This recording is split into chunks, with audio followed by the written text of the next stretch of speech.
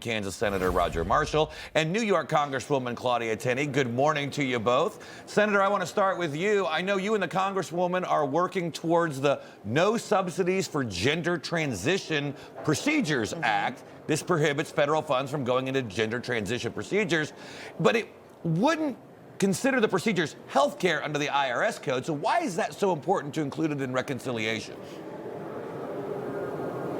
Well, good morning and happy May Day to everybody as well. Look, we can save American taxpayers about $200 million a year by eliminating federal spending on transgender surgeries, transgender medications in Medicare, Medicaid, the military, the VA, the ACA as well. And why it's important to this reconciliation bill, this is one of the few times on the Senate we can get something done with 50 votes. Usually it takes 60, but in this particular case we can get 50. And again, we can save American taxpayers $200 million.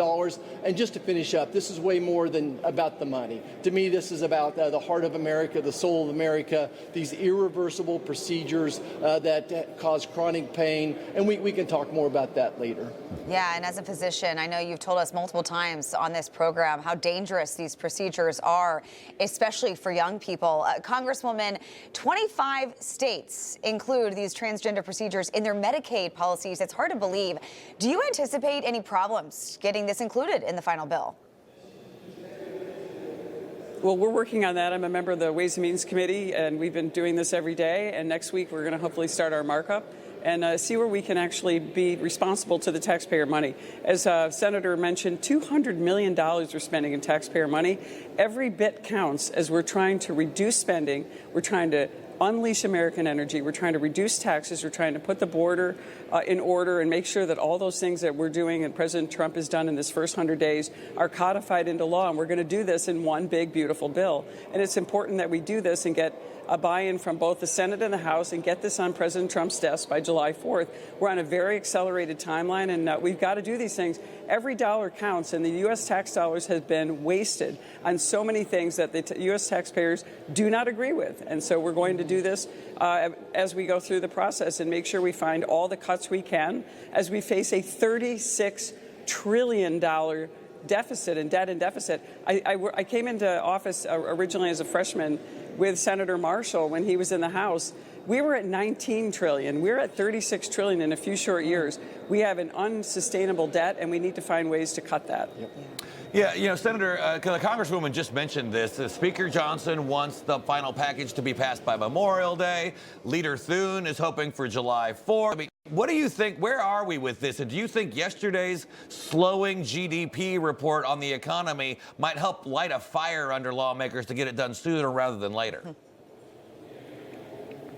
Well, if anybody can pull it off to be our classmate, Speaker Mike Johnson. I mean, everyone's saying there's betting against him that he can get it done by Memorial Day, but we have a lot of faith in Mike and the president able to bend arms as well. Really, I think we should focus on what we agree upon. We agree, I think, Claudia, that we want to make the Trump tax cuts permanent, that we want to fund the military, we want to fund the president's border priorities as well, maybe take care of the debt limit as well. And beyond that, it's all gravy to me.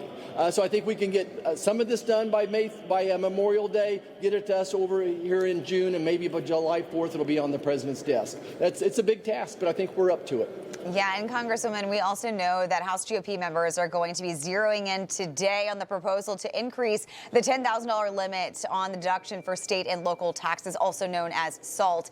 So there's a high-stakes meeting today that could very much impact this reconciliation bill. If there's a standoff, could we see a major delay? What do you think? I don't think there's going to be a delay here. I think we're going to find a compromise. Look, all of us who come from the so-called state and local tax deduction or SALT states, that's New York, California, Illinois, states that burden their taxpayers with excessive taxes like New York, hitting a $255 billion budget this year, $15 billion more than last year. They're definitely going to raise taxes in New York, my home state. But we have to start looking at ways that we can give relief to our taxpayers.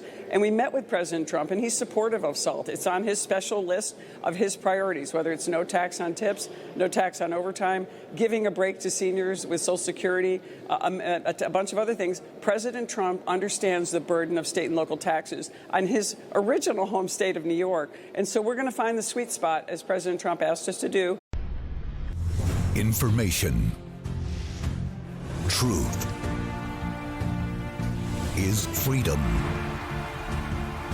Is Newsmax. It's real news for real people.